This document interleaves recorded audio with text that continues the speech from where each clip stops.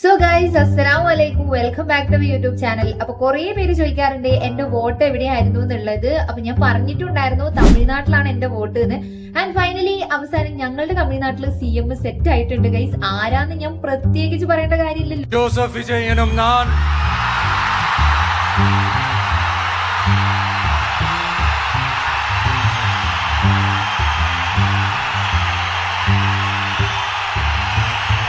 சட்டப்படி அமைக்கப்பெற்ற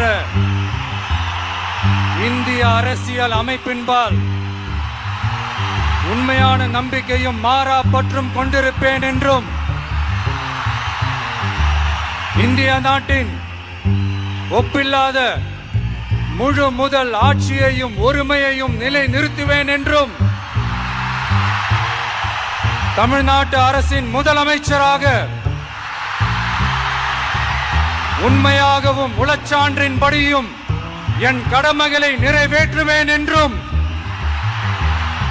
அரசியல் அமைப்பிற்கும் சட்டத்திற்கும் இணங்க அச்சமும் ஒருதலை சார்பும் இன்றி விருப்பு வெறுப்பை விலக்கி பலதரப்பட்ட மக்கள் அனைவருக்கும் நேர்மையானதை செய்வேன் என்றும் ஆண்டவன் மீது ஆணையிட்டு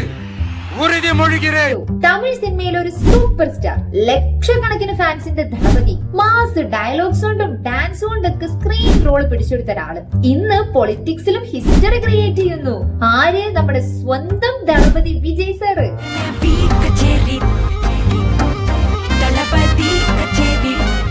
വിജയ് ഇനി വെറും ആക്ടർ വിജയ് മാത്രമല്ല, ജനങ്ങളുടെ വോയിസ് ആയി മാറിയിരിക്കുന്നു. ചൈൽഡ് ആർട്ടിസ്റ്റ് ആയിട്ട് സ്റ്റാർട്ട് ചെയ്ത വിജയ് പിന്നെ തമിഴ് സിനിമയുടെ ബിഗ്ഗസ്റ്റ് സ്റ്റാർസിൽ ഒരാളായിട്ട് മാറി.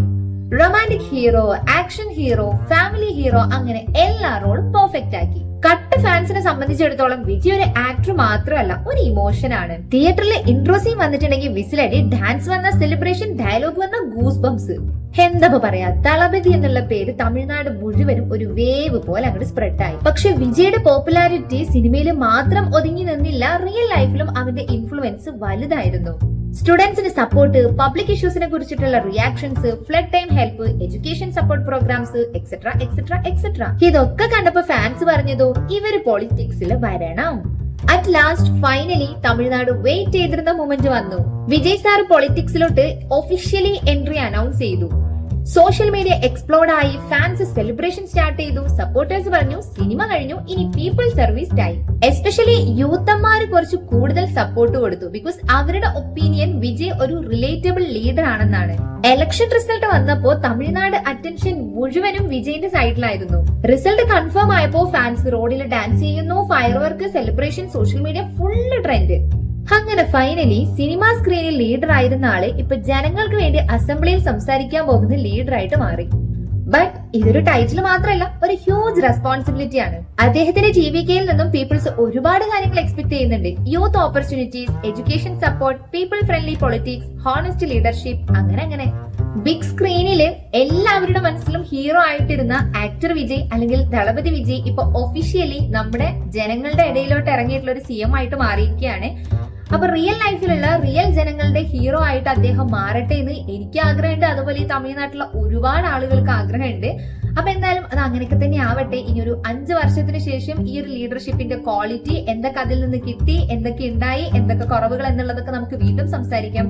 അതുപോലെ നിങ്ങളുടെ നാട്ടിലെ കാര്യങ്ങളൊക്കെ എന്തായി, തീരുമാനമായ ഇല്ല എന്നുള്ളതൊക്കെ താഴെ കമന്റ് ബോക്സിൽ കമന്റ് ചെയ്യുക. സോ ഗൈസ്, ഒരുപാട് ഹാപ്പി. നമ്മുടെ വിജയ് സാറിന് എല്ലാവിധ വാഴ്ത്തുക്കളും. അപ്പൊ അത്രയുള്ളൂ. ബൈ.